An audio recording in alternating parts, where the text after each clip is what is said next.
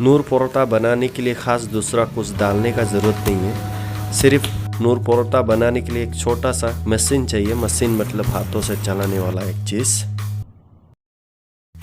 परोठा माव बनाने के लिए थोड़ा सा पानी और शुगर, थोड़ा सा नमक डाल देना और उसके बाद मशीन में मिक्स कर लेना। नहीं तो आटों से भी मिक्स कर सकते हैं, मशीन का कोई ज़रूरत नहीं है, हाथों से भी मिक्स कर सकते हैं।